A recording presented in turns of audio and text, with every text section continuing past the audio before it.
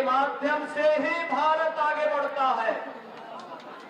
पूरे देश के अंदर उत्तर से दक्षिण तक, पूरब से पश्चिम तक वर्ष भर उत्साह और उमंग के साथ इन उत्सवों के साथ जुड़ने का अवसर भारतवासियों को प्राप्त होता है। और इसीलिए तो भारत की पौराणिक गाथा इस बात को कहती है कि दुर्लभम भारते जन्म मानुषम तत्र दुर्लभम, यानी भारत में जन्म लेना दुर्लभ है और उसमें भी मनुष्य के रूप में जन्म लेना और मनुष्य के रूप में भी सनातन धर्मावलंबी बनकर के जन्म लेना और भी दुर्लभ है। अभी आपने देखा होगा जो लोग सनातन धर्म को कोसते थे, जो लोग कोसते थे, उन्होंने सनातन धर्म की भी और भारत की सामर्थ्य भी प्रयागराज महाकुंभ के माध्यम से देखी। 66 करोड़ से अधिक श्रद्धालु एक साथ एक घाट पर आकर के त्रिवेणी के महासंगम में आकर के महास्नान का पुण्य का भागीदार बना है।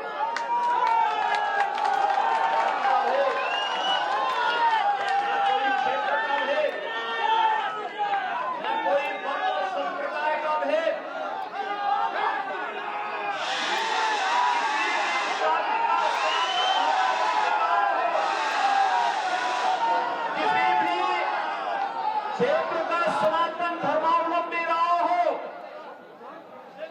किसी भी भाषा का सनातन धर्मावलंबी रहा हो, भारत में रह रहा है तो भारत के बाहर में है तो आकर के मां गंगा, मां यमुना और मां सरस्वती की प्रेम त्रिवेणी में आस्था की पावन डुबकी लगा करके पुण्य का भागीदार बना है और अपने जन्म और जीवन को धन्य धन्य कह करके सभी को साधुवाद दे करके व्यवस्था से लोगों के प्रति साधुवाद दे करके फिर अपने गंतव्य की ओर प्रस्थान कर दिया। अद्भुत आयोजन था, अद्भुत आयोजन था। और बहनों और भाइयों, दुनिया विस्मयकारी भाव के साथ, दुनिया कौतूहल की निगाहों के साथ, दुनिया इसे इस अकाल्पनिक अविस्मरणीय और अद्भुत घटना को देख करके भौचक थी। लेकिन सनातन धर्म के अनुयायी उत्साह और उमंग के साथ तब भी थे जब प्रयागराज की धरती से एकता का संदेश गूंज रहा था और उसी एकता के संदेश को लेकर के होली जैसे पावन पर्व को हमें आगे लेकर के चलना है।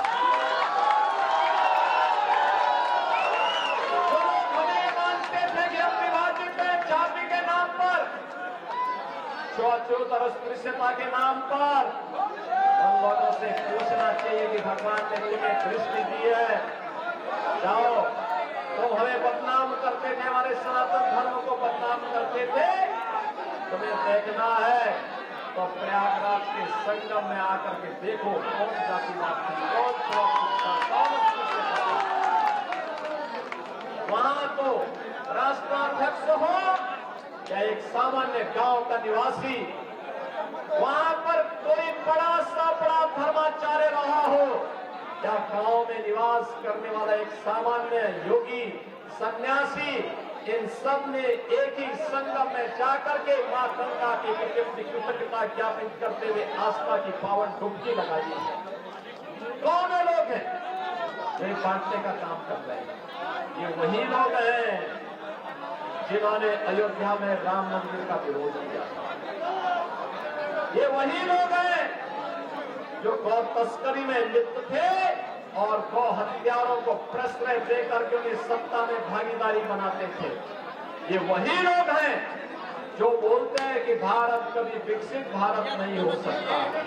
बहनों और भाइयों, इन लोगों की मंशा देश के प्रति सनातन धर्म के प्रति जग जारी रहे। और इसीलिए मैं आप सबसे कहने के लिए आज आया हूं कि पर्वों की परंपरा को आगे बढ़ाना, और मर्यादा पुरुषोत्तम भगवान श्री राम ने तो हमें मर्यादा का ही पाठ पढ़ाया है। मर्यादा के पथ पर आगे बढ़ेंगे, लक्ष्मण रेखा का उल्लंघन स्वयं नहीं करेंगे। प्रयागराज महाकुंभ ने संदेश दे दिया है, 66 करोड़ 30 लाख से अधिक श्रद्धालु आते हैं, लेकिन एक भी छेड़छाड़ की घटना नहीं, एक भी लूटपाट की घटना नहीं, एक भी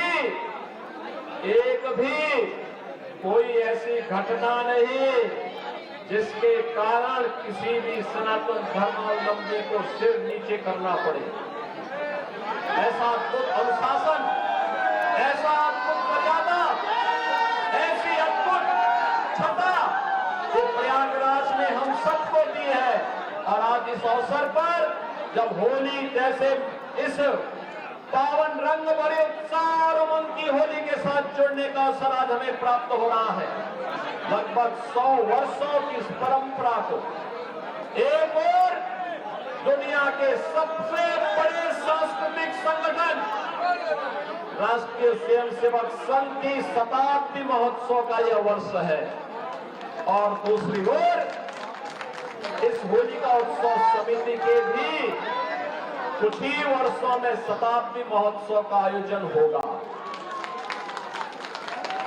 जिस मर्यादा के साथ, जिस पवित्र भाव के साथ ये कार्यक्रम आगे बढ़े हैं, समाज को जोड़ने का, होलिका उत्सव समिति का आयोजन भी उसी समाज को जोड़ने का एक सशक्त माध्यम बने।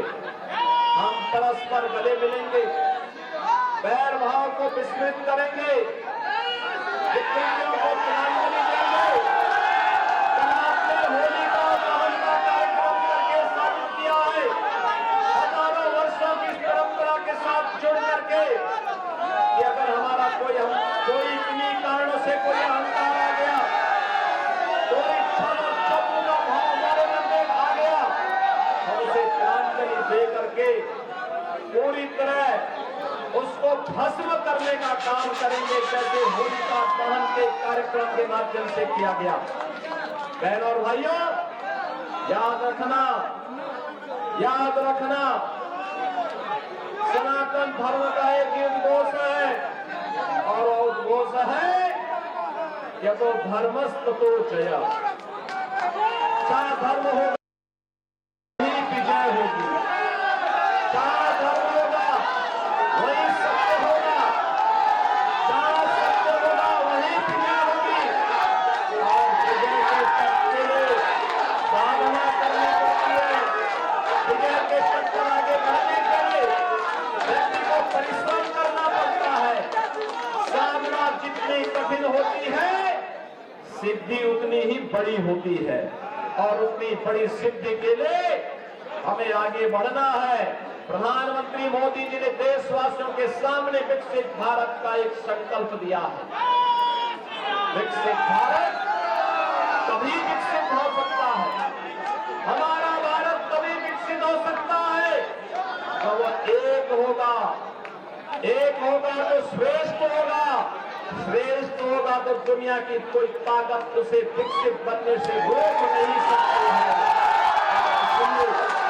पूरा प्रयास, हमारी पूरी साधना राष्ट्र माता के चरणों में समर्पित होनी चाहिए। इससे बढ़कर के संकल्प हमारे लिए दूसरा नहीं हो सकता है, और राष्ट्र माता के प्रति समर्पण का ये भाव ही हमें आज भगवान नरसिंह की आरती और उनकी भक्त शोभा यात्रा के साथ जोड़ने का एक अवसर भी प्रदान करता है। याद करिए कितनी बड़ी परंपरा है। हजारों वर्ष पहले जब दुनिया अंधकार में जीती थी, तब भारत के अंदर सत्य की स्थापना के लिए भगवान का जो तीसरा अवतार होता है, वो अवतार होता है नरसिंह का। नरसिंह अवतार उन लोगों के लिए चेतावनी है जो मान करके चलते हैं कि हम जो चाहेंगे वो कर लेंगे, ये कभी नहीं हो सकता है। इस घमंड को, हिरण्यकश्यप के इस घमंड को होलिका